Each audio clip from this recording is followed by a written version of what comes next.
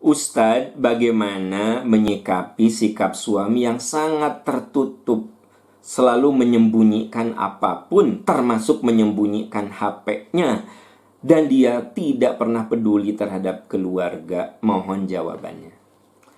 Ya, kalau ini sudah jadi suami Anda, ya mau apa coba? Kalau ini kan suami Anda, terus mau apa? Ya terima aja. Itu kan pilihan Anda. Anda nikah dengan dia kan pilihan Anda, gitu loh. Jadi banyak orang yang ini tuh gimana ya? Ya sudah, terima aja. Mau diapain lagi coba? Ya, begitu. Ternyata Anda punya suami yang sangat tertutup. Ya terima. Karena kalau Anda nggak mau terima, Anda capek, Anda lelah, begitu. Ya, aduh ya Allah, istri saya teh menit cerewet pisan. Ya udah terima aja, mau apa lagi? Itu memang pilihan kita. Kenapa atuh milih dia gitu loh. Ya, itu banyak sekali saya dapat keluhan-keluhan, suami saya teh pelit, Pak Aam. Ya terus mau apa? Ya, dan saya juga nggak bisa ngomong kecuali satu saja, terima. Ya, karena yang jadi suami kita, yang jadi istri kita, itu yang Allah sudah takdirkan kepada kita. Itu yang sudah jadi rezeki kita. Jangan salah loh. Suami atau istri, jodoh kita adalah rezeki kita. Bukti bahwa jodoh kita rezeki apa? Coba, ada nggak di antara Anda yang menikah dengan orang yang boleh jadi tak pernah terfikirkan itu jadi suami Anda? Tak pernah terfikirkan itu jadi istri Anda. Ya nggak? Bahkan boleh jadi di antara Anda ada yang menikah dengan orang yang dulu Anda nggak suka gitu loh. Kok bisa jadi suami saya gitu kan? Nah, berarti ini yang ditegaskan, yang jadi istri Anda itu rezeki Anda. Yang jadi suami Anda itu rezeki Anda. Makanya sekarang hentikan banyak mengeluh. Aduh ya Allah, kenapa suami saya pelit banget? Ya itu rezeki Anda kok. Mau diapain coba? Daripada banyak ngeluh gitu, Anda capek. Udah terima aja. Alladzina idza asobatum musibah qalu inna lillahi wa inna ilaihi rajiun. Jadi jangan Anda artikan musibah itu selalu bersifat seperti sekarang ini dirasakan oleh orang banyak. Suami Anda pelit, itu musibah. Terima. Istri Anda cerewet, itu musibah. Terima. Alladzina idza asabatu musibah qalu inna lillahi, milik Allah dan kembali kepadanya. Jadikan itu lahan ibadah gitu. Ya enggak? Saya tuh banyak sekali menerima pertanyaan, keluhan tentang pasangan. Pasangan saya teh begini, begitu, begini, begitu. Ya sudah atuh. Mau diapain lagi? Kan itu sekarang udah jadi istri Anda. Kan itu sekarang jadi suami Anda. Terus mau diapakan gitu loh. Ya. Ya nggak sih? Nah, itu yang pertama. Coba terima aja gitu. Anda nanya ke siapapun, balik lagi kepada suami Anda. Ya nggak? Misalnya nih, Anda nanya ke saya, Ustadz, kenapa suami saya tertutup ya? Kan saya nggak bisa mengubah suami Anda. Ya nggak sih? Ustadz, kenapa ya suami saya itu pelit banget? Ya saya kan nggak bisa mengubah suami Anda. Ustadz, kenapa ya istri saya nggak pernah menghargai saya, selalu cerewet tentang saya. Sehebat apapun saya ngomong, omongan saya tidak bisa mengubah pasangan hidup Anda. Gitu kan? Jadi rumusnya apa? Ikhlas saja, terima saja. Alladzina idza asabathum musibah qalu inna lillahi wa inna ilaihi rajiun. Orang yang kalau ditimpa musibah, dia bilang, ini milik Allah. Saya kembalikan kepada Allah. Saya terima saja.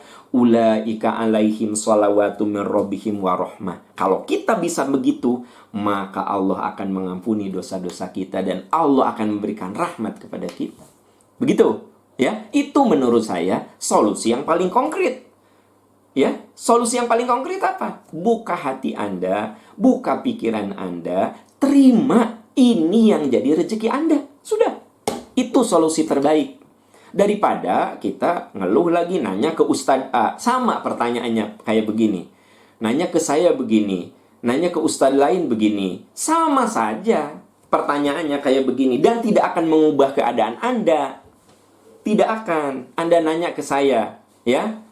Anda nanya ke Ustadz A, ke Ustadz B, ke Ustadz C. Nanya kayak begini. Kenapa ya suami saya pelit? Kenapa ya suami saya nggak perhatian? Kenapa ya suami saya itu tertutup? Ya, omongan Ustadz manapun nggak akan mengubah suami Anda. Jadi yang harus berubah teh Anda. Yang harus berubah tuh Anda. Cara berpikir. Ya, coba rubah hati Anda. Itu yang menyelesaikan masalah. Ya, doa Anda gitu loh. Kalau saya yakinlah Anda berdoa udah nggak usah diajarin kan. Yang perlu Anda pelajari sekarang adalah belajar menerima itu. Belajar menerima. Alladzina asobathum musibah qalu innalillahi wa inna ilaihi raji'un. Dan jangan salah, ya, keluhan itu tidak menyelesaikan masalah. Ya. Mengeluh apa mengeluh bisa menyelesaikan masalah? Tidak. Yang bisa menyelesaikan masalah adalah cara berpikir kita dan nurani kita. Itu yang bisa menyelesaikan masalah. Gitu. Jadi, yuk kita jadikan lahan ibadah. Ya, gitu. Istri nggak pernah menghargai, ya udah jadikan lahan ibadah. Suami pedelit, ya udah jadikan lahan ibadah. Gitu ya.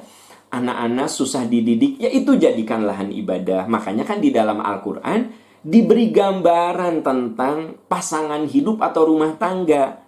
Ada rumah tangga yang berkah tapi tidak ideal. Nabi Nuh itu soleh, istrinya tidak soleh. Ada nggak di antara Anda sekarang nih? Anda nih, suami soleh tapi istrinya tidak soleh? Yakin ada. Lalu bagaimana? Belajarlah seperti Nabi Nuh. Sabar, tabah, ya, tawakal, doa, terus sayang sama istri. Sok belajar tuh dari Nabi Nuh. Kalau kita punya istri yang tidak soleh. Udah gitu teh. Istri nggak soleh, anak nggak soleh lagi. Sok belajar tetap dari Nabi Nuh. Gitu kan? Istri nggak soleh, anak nggak soleh. Nah, belajar dari Nabi Nuh. Itu namanya Anda berkah, tapi tidak ideal. Berkah karena apa? Anda mendapatkan pahala kebaikan dari kesabaran Anda. Gitu ya. Atau belajarlah dari Asia. Ya, Asia itu wanita soleha, tapi istrinya kan tidak soleh. Ya, Asia. Nah, ibu yang punya suami dolim, ya, coba belajar dari Asia gitu. Belajar dari Asia. Toh dia bisa jadi ahli surga.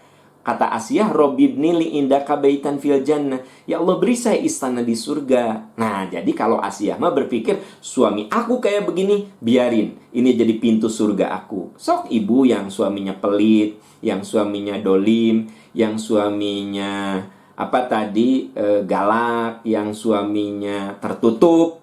Belajar dari Asia. Jadikan itu pintu surga. Gitu loh. Ya. Atau boleh jadi keluarga kita ini berkah dan ideal. Contoh siapa? Luqman. Luqman itu seorang suami yang soleh, punya istri yang soleh, punya anak yang soleh, namanya siapa? Maryam. Dan punya cucu yang soleh. Siapa namanya? Nabi Isa. Jadi Imron ini suami yang soleh, punya istri yang soleh, punya anak yang soleh, punya cucu yang soleh. Nah, mudah-mudahan kita bisa begini dan jadikan itu sebagai pintu surga. Jadi ibu kalau suami ibu soleh, ibu kudu lebih soleh deui. Bapak kalau istri bapak soleh, bapak kudu lebih soleh lagi gitu loh. Artinya mereka berlomba dalam kebaikan. Nah, sahabat-sahabat sekalian, ini jawaban saya untuk bapak yang suka ngeluh tentang istrinya, untuk ibu yang suka ngeluh tentang suaminya, orang tua yang suka ngeluh tentang anaknya. Hentikan keluhan itu. Buka hati, buka pikiran, angkat tangan kita berdoa kepada Allah, jadikan itu sebagai pintu surga, jadikan itu lahan kebaikan. Karena kan hidup di dunia mah apa? Ujian. Ya, kullu nafsin dha'iqatul maut. Anda lihat tuh Al-Anbiya ayat 35. Kullu nafsin dha'iqatul maut. Setiap makhluk yang bernyawa akan merasakan mati. Tapi sebelum manusia mati, wa nablukum bisyarri wal khairu fitnah. Kami akan mengujimu dengan baik dan buruk. Kami akan mengujimu. Jadi inti dari kehidupan apa? Ujian. hari demi hari yang kita lewati, ujian demi ujian, ujian demi ujian, datanglah masa di mana kita harus meninggalkan dunia ini. Makanya bagi orang yang ujian, terus dia meninggal dan sabar saat menghadapi ujian, ruhnya tersenyum. Kenapa? Mati itu bagi dia istirahat. Waj'alil mauta rohatan limin kulli syarr. Ya Allah, jadikan kematian bagi saya istirahat. Gitu loh. Nah, jadi sahabat-sahabat tercinta, yuk kita hadapi apa yang ada di kelopak mata kita. Hentikan mengeluh. Ya. Hentikan. Tapi buka hati kita, buka pikiran kita, kuatkan iman kita. Sering mendengar nasihat yang baik-baik. Alladzina yastami'unal qawla fayattabi'una ahsana.